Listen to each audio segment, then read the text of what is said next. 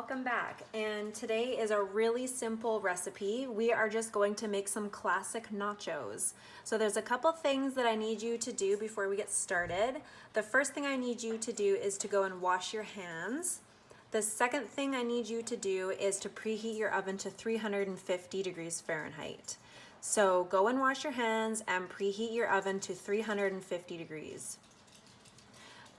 Once you've done that, you need to grab a cookie sheet, and using tin foil, you just need to line your cookie sheet with tin foil like I've done here. So once you've washed your hands and preheated your oven, go ahead and do this, and then just put it aside. As always, just pause the video if you need to do something and then come back once you've done it. So you should have your cookie sheet with your tin foil put aside. And the first thing I'm gonna do is run through the ingredients with you, and then we're gonna get started. So this is a really good recipe to just kind of make your own. So what I'm using for this recipe is just a standard bag of tortilla chips. I'm using black beans, corn, some lean ground beef, and so the recipe calls for 1 pound. So I'm using 1 pound here. But I'm actually only putting meat on half of my nachos. So what I did is cut it in half, and I'm only going to be cooking half of my meat. But you can use the whole thing if you'd like, just totally use your judgment. And then we have some marble cheese here. I have a tomato and a couple jalapeno peppers for some spice. So a couple other things that you can add if you want are olives, avocados if you'd like. The toppings are totally up to you. You can put whatever you want on them. That's what's so great about nachos, is they're very versatile. Okay, the first thing we're gonna do is we're gonna grate our cheese. So I'm just gonna put this stuff aside. Okay, so go ahead and grab a cutting board and a cheese grater. And I'm just gonna use just the standard side here.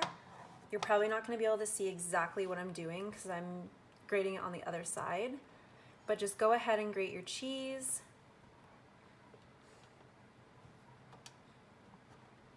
I'm using just a full small block of cheese.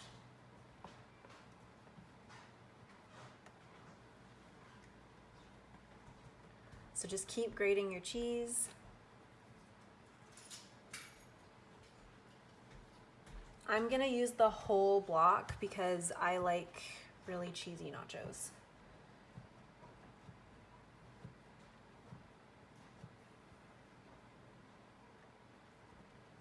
And you can use any kind of cheese. I'm using marble cheese because that's my favorite kind of cheese, but you can go ahead and use whatever kind of cheese that you would like.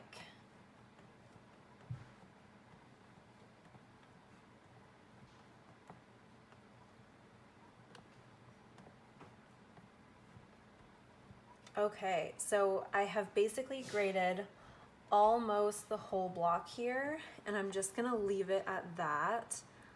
So that's a lot of cheese. Okay. So once you've grated your cheese, you're just gonna actually grab your pan that has tin foil on it, and you're gonna grab your tortilla chips. So I'm just gonna open my bag of tortilla chips. And what we are gonna do is spread our tortilla chips on our pan here.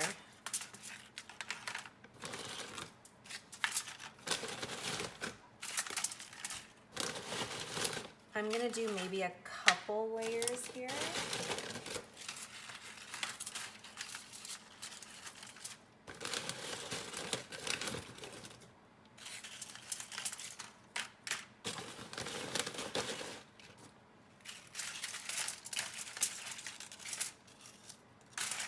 Kind of just use, like there's no set amount for this recipe, just kind of use whatever you think is going to get eaten.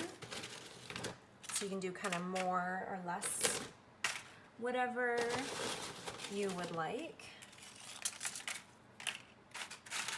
Okay, so I think that's a pretty good layer. I might just add a couple more chips here, but that's a pretty, whoops, good layer there that I've got.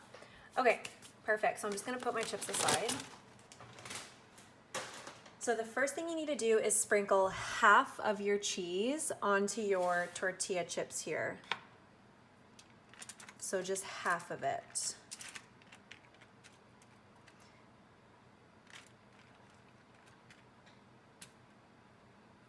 Just kind of try and sprinkle as evenly as you can.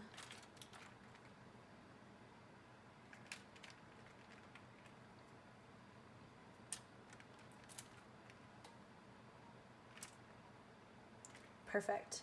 So there is about half of my cheese. So now what I'm gonna do is I'm actually just gonna set this aside. Make sure you set this cheese aside as well because we are gonna come back to it. So now we need to prepare to cook our meat. So what I need you to grab is a non-stick fry pan. Like mine, I just have a large non-stick fry pan here. And go ahead and grab a frying pan and your beef, and then we are going to come back and we are going to cook that next. Okay, so here in my pan, I have just put half of my meat in. So remember, I used half of a pound because I'm only putting meat on half of my nachos.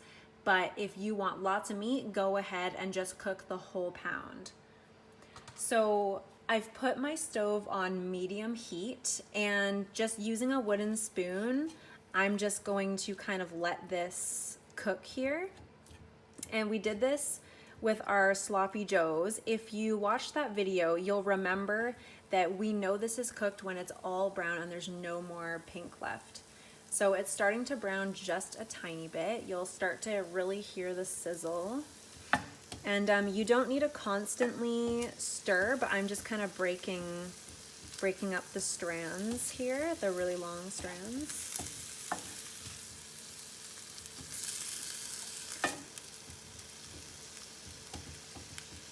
Okay, so as you can kind of already start to see, it doesn't take long. It's only gonna take maybe 5 minutes or less to fully get this to brown. So as you can see, it's really started to brown already, just on medium heat here.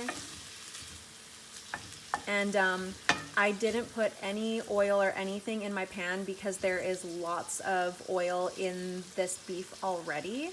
I'm just using lean ground beef, and I didn't need any oil in the pan before we started. So I'm just gonna stir once in a while. So as you can see, it's really getting brown now. So what I'm gonna do is I'm gonna get you to continue to cook this until it is fully brown, and then we're gonna come back. Okay, so by this point, your meat should be almost fully brown. So I'm only gonna let this cook for maybe another 30 to 45 seconds because it's looking pretty brown. So one thing that I'm gonna do before I take this off of my heat is I'm just gonna add a little bit of salt and pepper for some flavor. So this is optional, but I'm gonna add a little bit of pepper and a little bit of salt here. And I'm just gonna give it a little stir.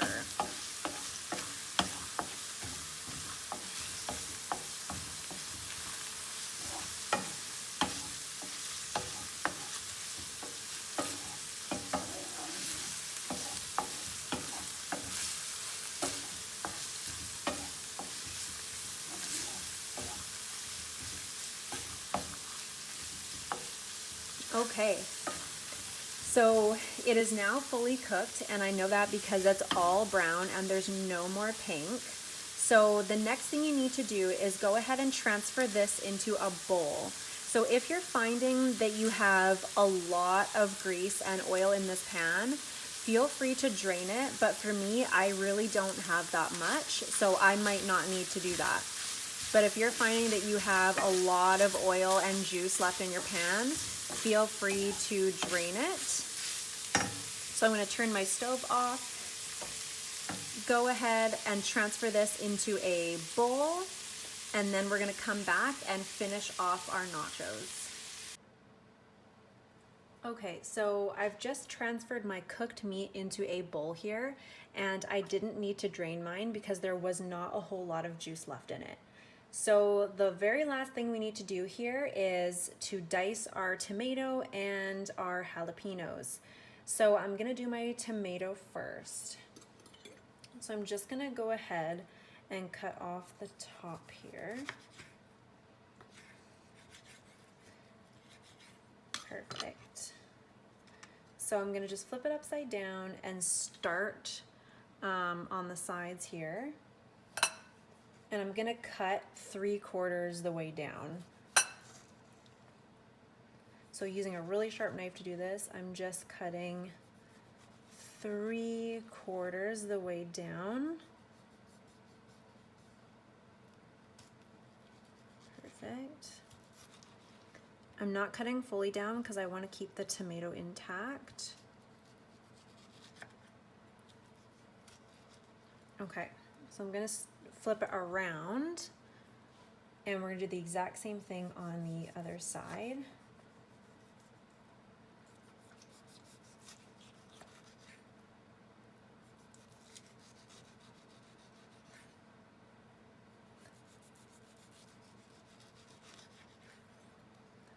And this is where your tomato is going to kind of form these little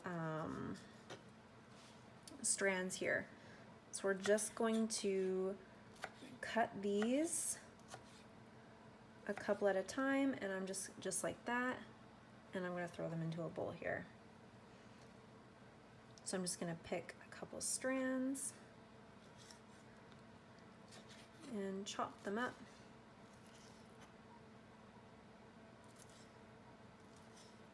Perfect. So there's different ways you can do this. This is the way that I normally do it, but go ahead and do whatever method is easiest for you. It works well with a really sharp knife. Mine isn't that sharp, but the sharper the knife you can use, the better.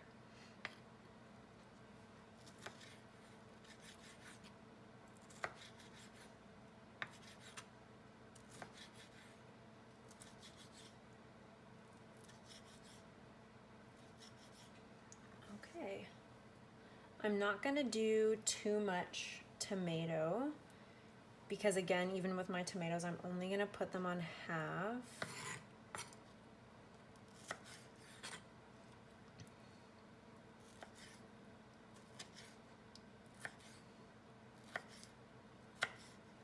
Okay. So some of this is already diced pretty small, so you can kind of pick through it and use whatever you think is gonna work well. I'm gonna do a couple more strands here.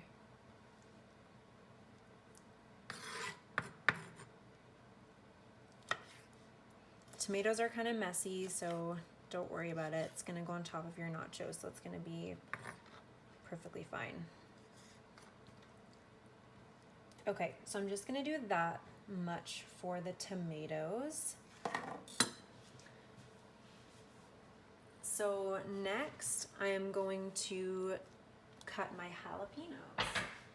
So go ahead and grab a different cutting board or just flip the one you have around. So for my jalapenos, again, I'm just doing this the way that I would like to do it. I like spice, so I'm gonna keep the seeds, and I'm literally just gonna cut this into little rounds. So I'm just gonna cut the top off. I'm gonna show you what I mean by that. And just really in very thin slices, as thin as I can get them here.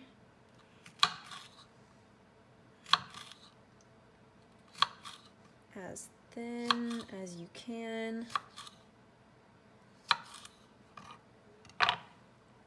That is exactly how I want my jalapenos to be placed on top of my nachos. Now this is just me, personal preference.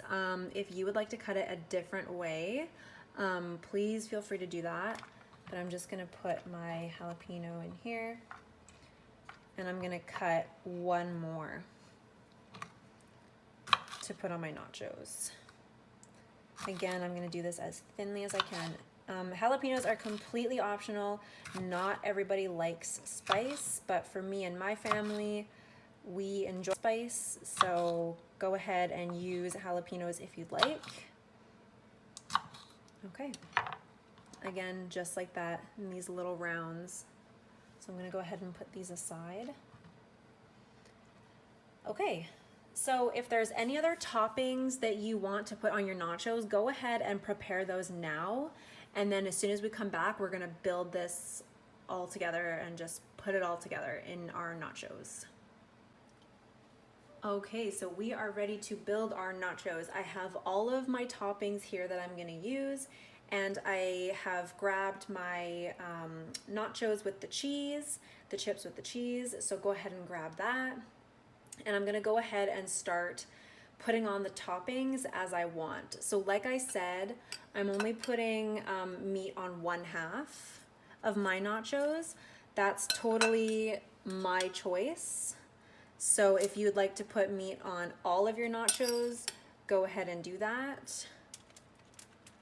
This is kind of where you can please everybody in your family. If certain people like one topping, you can put the topping on one side. You can put it on all of the nachos. So it's totally up to you. It's just a really good option to please everybody. And for me, I'm actually having these as an appetizer before dinner. So that's an idea as well that you can do. Perfect. I'm just gonna spread that a tiny bit. Awesome. Okay. The next thing I'm gonna add is my tomatoes. So for my tomatoes, I'm only putting them on this half. But if everybody in your family likes tomatoes, go ahead and add tomatoes to all of your nachos. I am just pleasing several different likings, food preferences.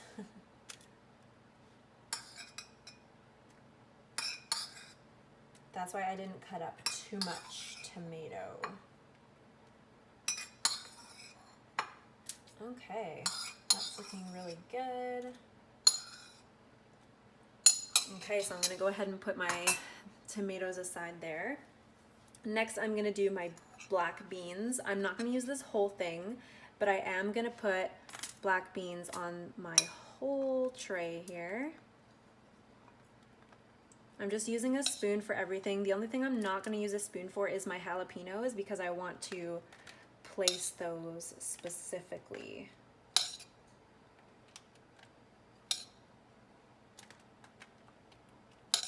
So go ahead and add however much beans you want or other toppings that you might be using. So there we go, that looks good. Next, I'm gonna put my corn on. So I used frozen corn and I just thawed it. I'm not putting it on frozen. So I'm just gonna go ahead and spread that over everything.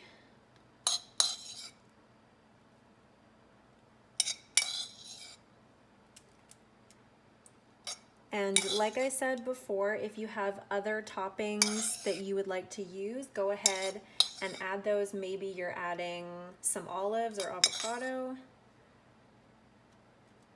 Awesome. Lastly, for my toppings, I'm gonna go ahead and place my jalapenos. And again, I'm placing them because I don't want tons of jalapenos in just one spot. And I don't want too many either.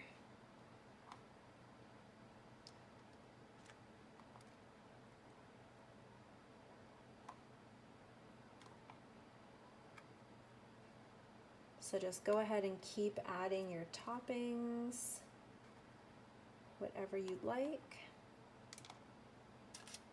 And I kept the seeds in my jalapenos because that's personal preference. Again, this is totally a personal preference recipe. You can do whatever you'd like with it, and it's just really simple. Okay, so there's my jalapenos, and the last thing I'm gonna add is I'm just gonna top this all off with the second half of our cheese that you have set aside. So go ahead and grab that cheese that you've set aside, and I'm just gonna sprinkle that on top of everything.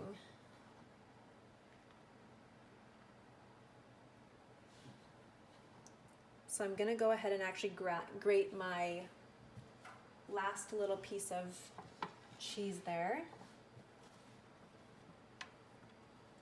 These nachos seriously look delicious. There is so much for toppings.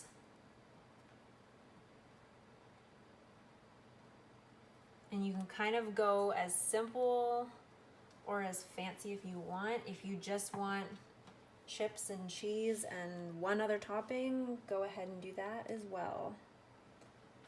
I am doing fancy nachos today.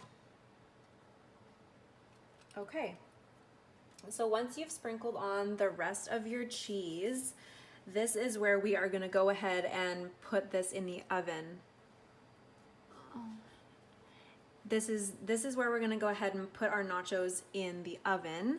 So go ahead and stick these in the oven just until the cheese is melted.